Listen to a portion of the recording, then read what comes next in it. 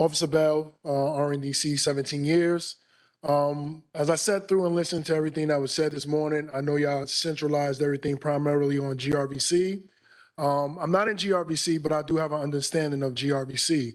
One problem that we're having when we're talking security and when we're talking decreasing violence, you must have mechanisms in place to secure inmates. These cells have been antiquated for years. These inmates are allowed to just open cells at their leisure. So when you make reference to 50 people being in a housing area with 1 or 2 officers, maybe it's basically a house running itself. You're asking an officer to protect, to serve, and care for 50 people, but at the same time, it's still 1 person to 50 people. Predicated on the charges, predicated on the reasons that they're there, determines the type of guy that we're actually dealing with. I heard the young lady, Miss Amanda, mention that GRVC is a high classification building. That's not by mistake. These inmates actually gear themselves up to get high classifications to be in a particular area in which they want to be in.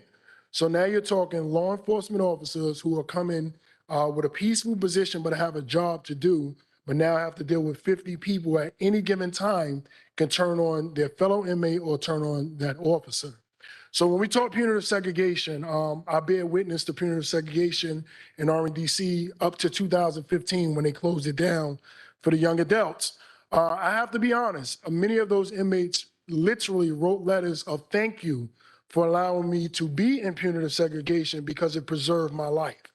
So it actually turned into a second form of punitive PC, protective custody.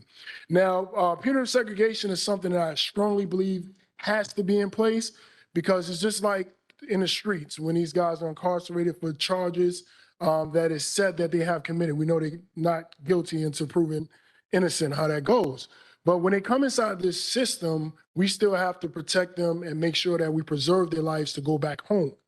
So if you have a more aggressive inmate who's known to be violent in the street and continues to be violent here where he's supposed to be rehabilitated, we still have to protect these other individuals from those type of individuals. So if you take that mechanism away from us, then you're gonna have chaos, which we already have, and you're gonna have lawlessness, which is already taking place in the street.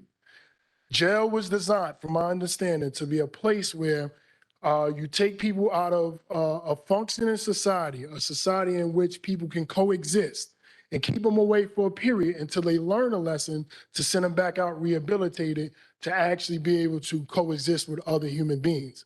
If that's not happening in the streets and it's not happening in jail, the question is, where does it happen? Punitive segregation is a must. Thank you. Thank you.